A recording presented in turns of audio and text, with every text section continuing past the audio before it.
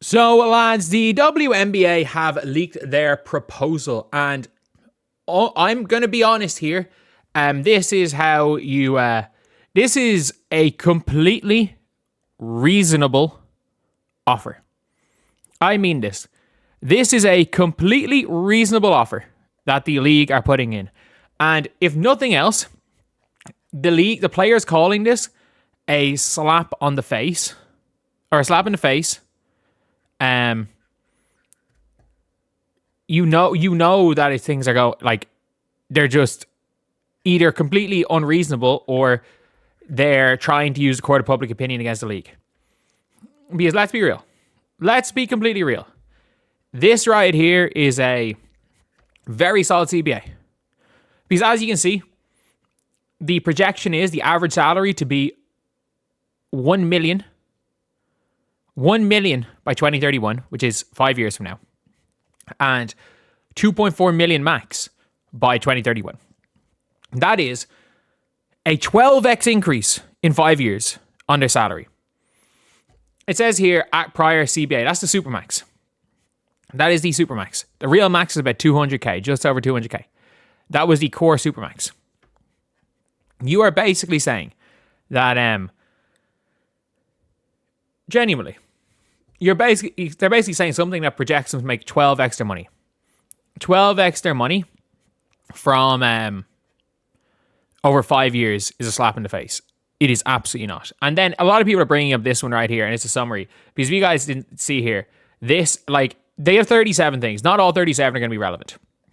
Free league pass and complimentary tickets for all players is irrelevant. Shorter disqualifications period during anti-drug program. So, what is that? Does that mean like a borderline doping legal type thing?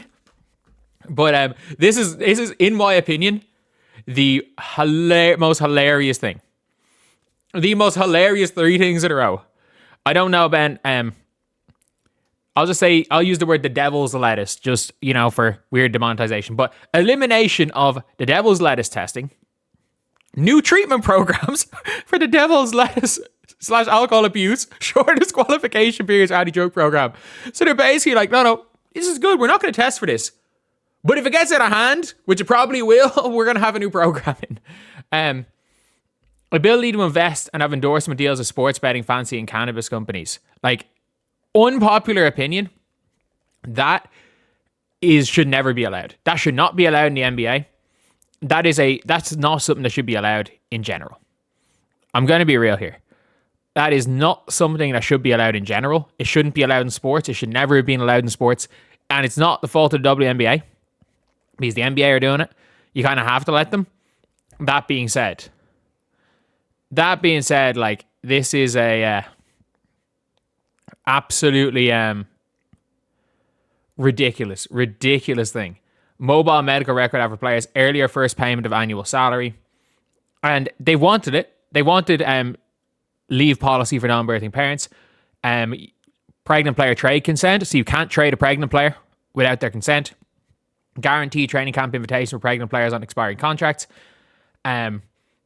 Required family rooms during games. Increased life insurance. New player requirement to allow young children plus players plus their caregivers to travel with the team with additional hotel room. Medical benefits continuation for players waived after midpoint of season. Broader access to family plan benefits. Additional funding for player programs plus access to recently retired players. Or for recently retired players. Increase per diem with annual cost of living increases. Recognition payment for current retirees. Higher team contributions to 401k. Increased performance bonuses for awards and playoff advancement. New team staff requirements. Physicians, trainers, strength and conditioning coaches, physical therapists, access to nutritionist. New rev sharing system. Significantly increased player salaries. Upward salary adjustment. Team charter travel. First class travel in and out of team market. Higher annual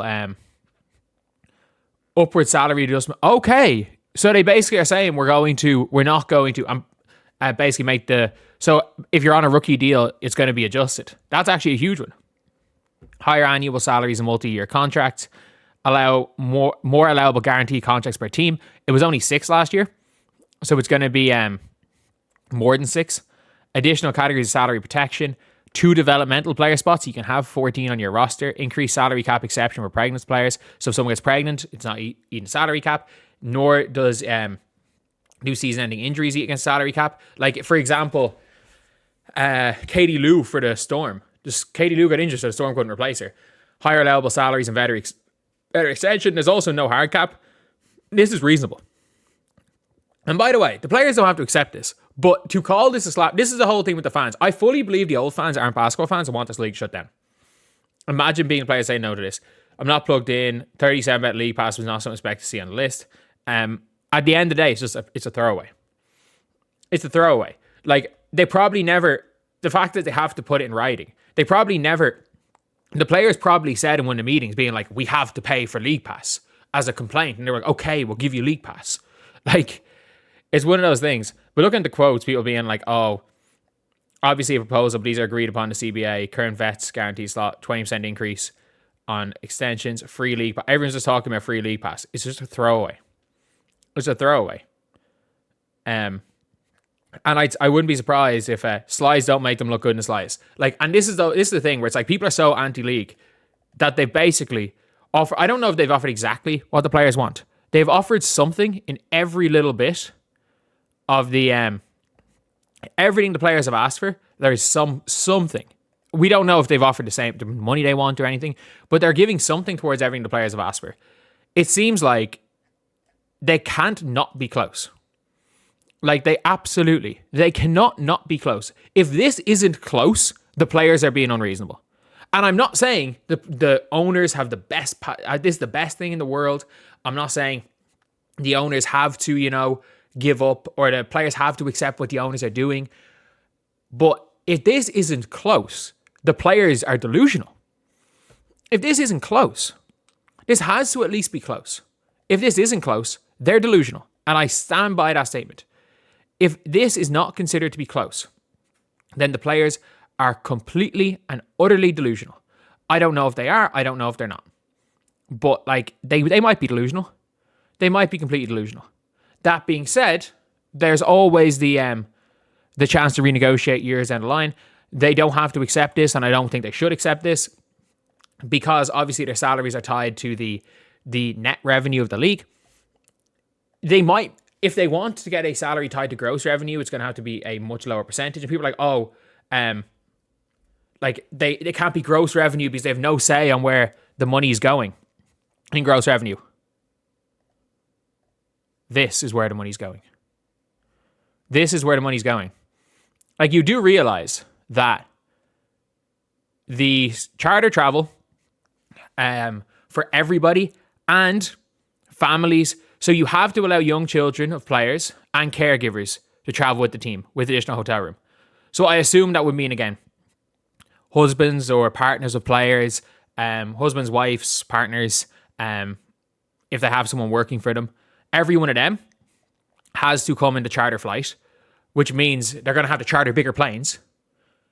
The chartering and bringing people with them, like, let's just say it's if a player has 3 young children and 1 caregiver, and there's every single player brings every single one on every trip. You have to take into account there's 48 extra people that they have to fly. So the charter plane probably costs double the price. Like, that charter, like, that is the thing. All these extra things, physicians, trainers, strength and conditioning coaches, physical therapists, access to nutritionists. All of that is millions. All that per team is going to be millions per year. It's going to cost, I'm not going to say it's going to cost what the team's going to cost, but it's going to cost what the team would have cost previously. It's going to cost 1 to 2 million. Again, you have all these trade consents, you have all these things on salary. Like, that is where the gross revenue is going. Like, they can't tie it to gross revenue because, I mean this when I say this, the operating cost of a team is outside the salary is twice what the salary is going for. Like, people are like, oh, but they're bringing TV money. 12 million a year? The TV money's 12 million a year. So 12 million a year. And unless you're one of those teams selling out 15, 20,000 seater stadiums, you're not making that much on gate revenue. You're not making that much on merch unless you're the Indiana Fever. And by the way, in their new system, you can't even pocket your own gate revenue. All Indiana Fever merch gets shared amongst the entire league. So even if you're a profitable team, your profits are diluted by the teams making a loss. So no, like, that's where it's going. They're offering something for everyone, so it has to be net revenue.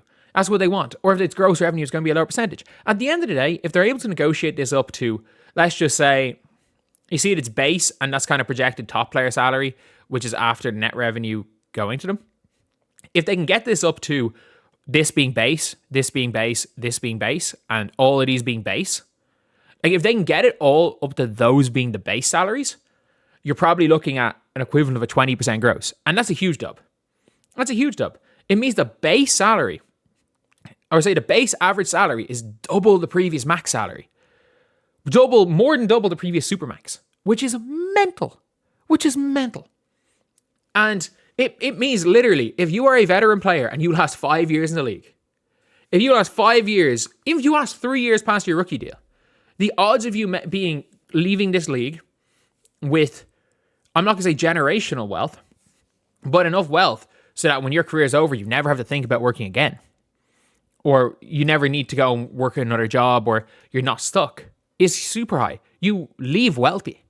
And then in 20, 30 years down the line, then maybe players are going to have generational wealth. Maybe it won't happen now. It's not going to happen now, but it seems like the players are like, we need to get everything we want, otherwise it's a bad deal. No, this is a good deal.